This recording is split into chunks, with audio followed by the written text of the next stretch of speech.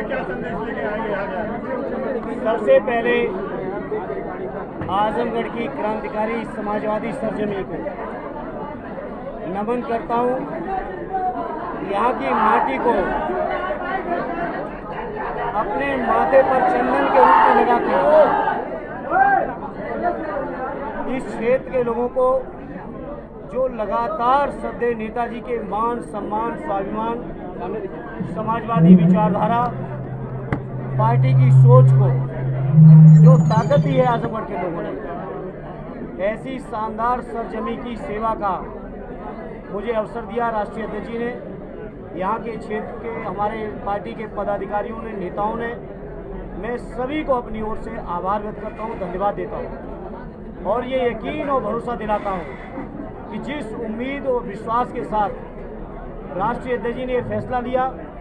हमारे स्थानीय नेताओं ने ये फैसला लिया, मैं सभी की उम्मीदों को पूरा करने का हर संभव प्रयास करूंगा, ये मैं भरोसा दिलाता हूं। आजमगढ़ का जो तरक्की, खुशहाली और विकास का समाजवादियों के साथ जो इतिहास जुड़ा हुआ है,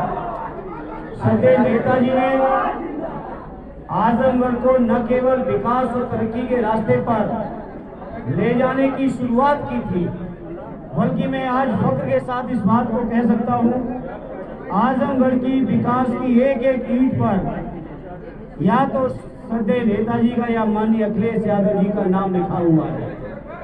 आजमगढ़ को मंडल बनाने का सवाल हो, आजमगढ़ को पूर्वांचल एक्सप्रेस वे जोड़ने का सवाल हो, आजमगढ़ को पीजीआई लाने का सवाल हो, आजमगढ़ के अंदर जिस भी विकास और तरक्की की हवाई अड्डे से लेके आप चर्चा करेंगे तो पाएंगे कि श्रद्धेय नेताजी ने और माननीय अखिलेश यादव जी ने ही इसकी शुरुआत ही नहीं की, बल्कि आजमगढ़ को विकास के रास्ते पे ले गए। जहां एक और नेताजी और माननीय अखिलेश जी या समाजवादी नेताओं ने लगातार आजमगढ़ का ख्याल रखा, वहीं फख्र के साथ मैं इस बात को कहता हूँ, चाहे कितनी भी चुनौतियां रही हो, आजमगढ़ के जनमानस ने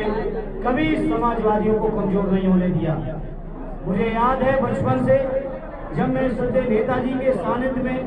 रहता था, पढ़ता था, उनके पास रहता था, समाजवादी पार्टी के सामने समाजवादी विचारधारा के लिए अगर कोई भी बड़ी चुनौती आई तो आजमगढ़ की ओर नेताजी ने रुख किया,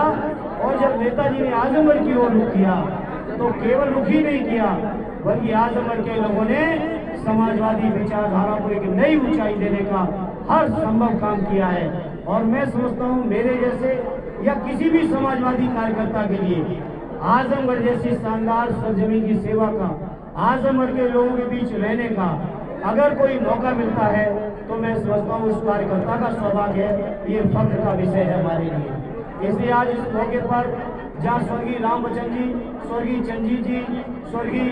रामनरेश जी से लेके श्रद्धेय नेताजी ने क्षेत्र के लोगों की सेवा की हो, आदरणीय राष्ट्रीय अध्यक्ष जी के मान सम्मान को जिस क्षेत्र के लोगों ने बढ़ाया हो, ऐसे अपने क्षेत्र के लोगों के बीच मैं भरोसा और यकीन दिलाता हूँ आप सबके माध्यम से, मीडिया के लोगों, आपके माध्यम से, कि आजमगढ़ के लोगों आपकी तरक्की और आपकी खुशहाली में हम अपनी ओर से कोई कोर कसर नहीं रखेंगे। एक अलग बात जो आजमगढ़ में है, जो हो सकता है कुछ जिलों में ना हो, वो एक अलग तेवर है। आजमगढ़ के लोग हमेशा क्रांतिकारी राजनीति का काम किए हैं। आजमगढ़ के लोगों ने हमेशा अन्याय अत्याचार को अस्वीकार किया है, और उस अन्याय अत्याचार के खिलाफ